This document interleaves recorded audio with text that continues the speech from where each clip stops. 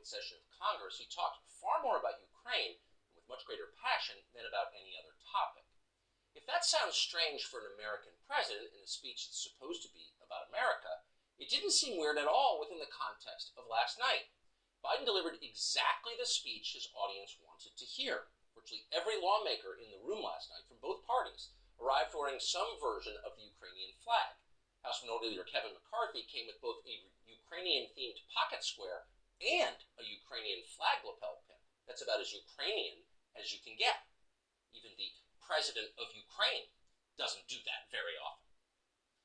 What McCarthy conspicuously didn't do was don an American flag pin. No, not at all. And many others went without that too, because within the context of last night, the American flag was literally irrelevant. Lots of our leaders feel that way all of a sudden. At this stage, the full force of America's federal government, the White House, the Congress, the many intelligence and defense and law enforcement agencies, all of it has been redirected to avenge the invasion of Ukraine. Notice the verb, avenge, not defend. Now, ideally, you'd like to think there'd be some way to defend Ukraine from Russian aggression. That might be worth doing. But at this point, there isn't. It's too late. Joe Biden's deterrence strategy failed. Putin already invaded the country. Short of destroying Ukraine, there is no way to liberate Ukraine by force. All we can do is punish the Russians for what they've already done. And that, Joe Biden told us last night, is exactly what he plans to do. Watch. The ruble has already lost 30% of its value. The Russian stock market has lost 40% of its value, and trading remains suspended. The Russian economy is reeling, and Putin alone is the one to blame. So the Russian economy is being destroyed, is destroyed. Imagine living in a country where the currency drops 30 points in a single day. What would that feel like? Well, 143 million Russians now know they're much poorer than they were 2 days ago. Only a relative handful of those Russians had any role in the invasion of Ukraine. Many of them opposed it, but all of them are being hurt as their economy comes apart. And that's fine, because they all deserve it. Michael McFaul, Barack Obama's former ambassador to Moscow, who now teaches at Stanford University, announced today that every single person in Russia, every single one, bears the guilt of the Ukraine invasion. Quote, "There are no more innocent, neutral Russians anymore. Everyone has to make a choice, support or oppose this war." So to restate and be clear, there's no such thing as an innocent Russian. One of our foremost Russia scholars has told us so.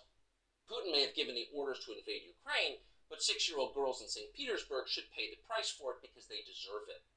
Their 80-year-old grandmothers deserve it too. In order to fight tyranny, the United States must embrace collective punishment.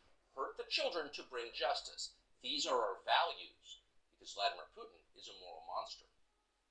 Now, these are not traditional Western concepts of justice, but Joe Biden wholeheartedly endorses them, and so does a dominant bipartisan coalition in the United States Congress. The question is this a wise course? Now, we can't say. Far be it for us to suggest thinking through world-changing policies in any way before enacting them. Pausing to reflect, we have learned, is disloyal.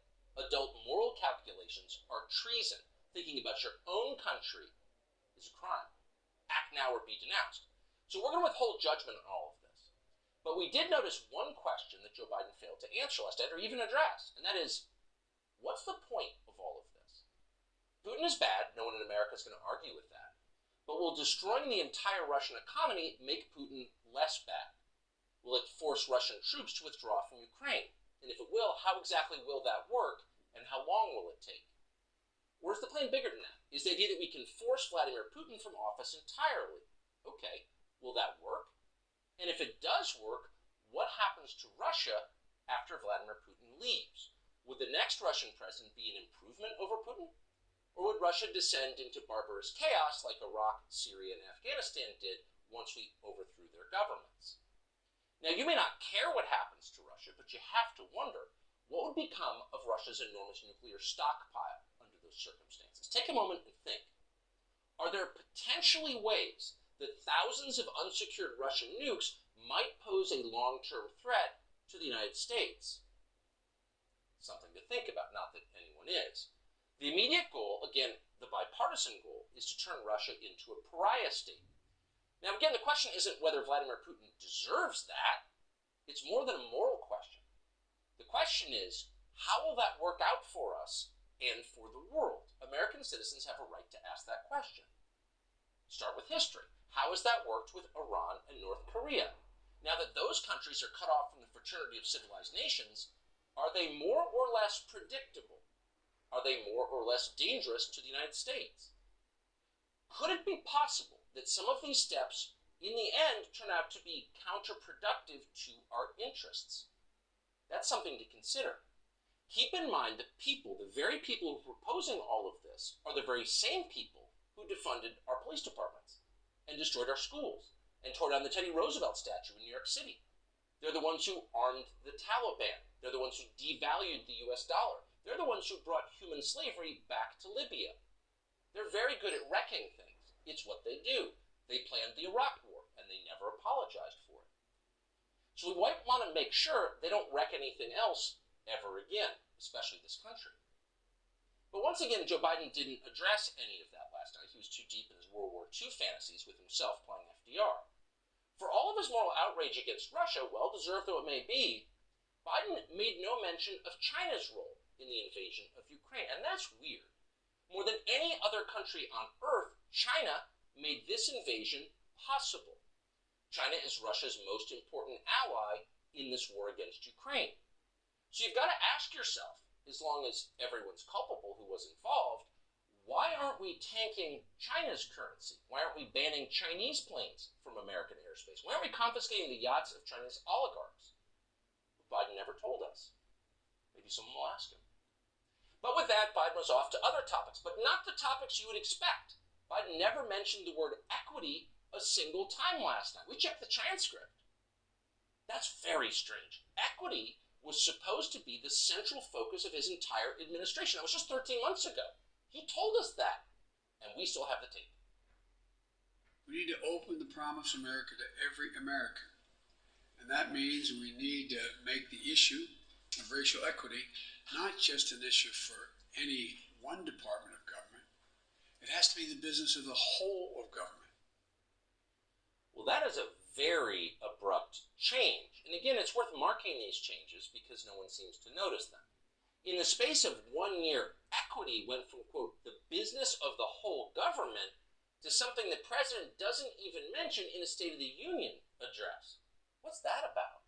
Was equity not quite as popular as they expected?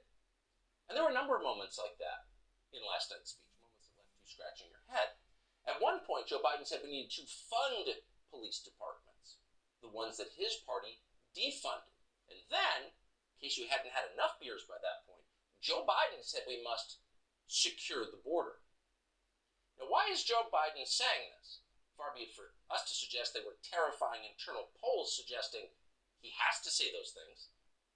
But we're starting to conclude that, because just a few minutes after Joe Biden said we need to secure the border, he announced amnesty for millions of foreign nationals who snuck into our country. We also have that tape. Watch.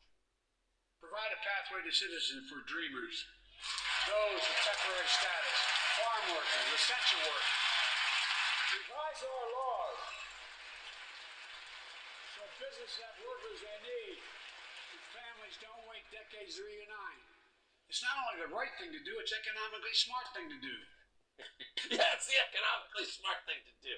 Give your job to a foreigner, and if you don't, you're immoral. So that category, just to restate, is dreamers, those with temporary status, farm workers, and something called essential workers. Who do you think, who's come across the border illegally, the millions in the last 13 months, would be denied the classification essential workers? Well, of course, they're all essential, every single one of them. So moments after telling us he's going to secure the border, Joe Biden just announced that everyone who's already snuck across the border gets to become a U.S. citizen and, needless to say, a Democratic voter. Like, immediately, because it's the right thing to do. That was the portion of the speech where he talked about our country. So the first part was about how borders are sacrosanct and we should go to war to protect other people's borders. And the second part was everyone who's already snuck in gets to become an American citizen. Does that apply to Russian soldiers in Ukraine? What are the principles here exactly? Then Biden went on to mention someone called Ketanji Brown Jackson. Now, that's not a name most Americans know because Ketanji Brown Jackson has been an appellate judge for less than a year. But Joe Biden assured us she is, quote, one of our top legal minds. Watch.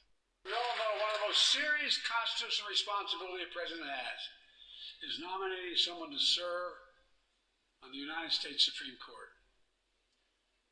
As I did 4 days ago, I've nominated the Circuit Court of Appeals, Ketanji Brown Jackson, one of our nation's top legal minds. So is Ketanji Brown Jackson, a name that even Joe Biden has trouble pronouncing, one of the top legal minds in the entire country? We certainly hope so. Biden's right. Appointing her is one of his gravest constitutional duties. So it might be time for Joe Biden to let us know what Ketanji Brown Jackson's LSAT score was. What the hell did she do in the LSAT? Why wouldn't he tell us that? That would settle the question conclusively as to whether she's a once-in-a-generation legal talent the next learned hand. It would seem like Americans in a democracy have a right to know that and much more before giving her a lifetime appointment, but we didn't hear that. And that was just one of many things that Joe Biden left unsaid last night. He alluded, for example, to rising crime, but not his role in it. He claimed instead that it's gun companies, not prosecutors funded by George Soros, not the celebrity funds that bail out murderers, that have made this country more dangerous. Watch. Man, assault weapons with high-capacity magazines will open 100 rounds. You think the deer are wearing Kevlar vests? Look, repeal the liability shield. It makes gun manufacturers the only industry in America that can't be sued. The only one. Now, far be it for us to fact-check Joe Biden. Like questioning his foreign policy, that's Russian disinformation, it's disloyal, it may be punishable under our treason laws. But we should point out that what you just heard is, what's the word, a lie. Gun manufacturers, of course, can be sued. It happens all the time. But now that Joe Biden mentioned it, there is, in fact, an industry in America that has total legal immunity from lawsuits. That immunity was granted to that industry by Congress. In fact, here you have a president who single-handedly turned that industry's corporate executives into billionaire oligarchs by forcing Americans to use their products. They had to. And here's the best part. If the Americans who were forced to use those products were killed or injured by those products, as many thousands have been over the last year, they have no legal recourse. They can't sue the industry. They can't even complain about it on television or mention it on social media. And neither can actual experts, physicians and nurses, for example. They've been silenced. You know this perfectly well. Biden knew this. He was flacking for these companies the minute he got to the podium, just like he flacked for the credit card companies in Delaware. Many of the people he was speaking to last night in the room are invested in that industry. But he never said a word about it. That's odd.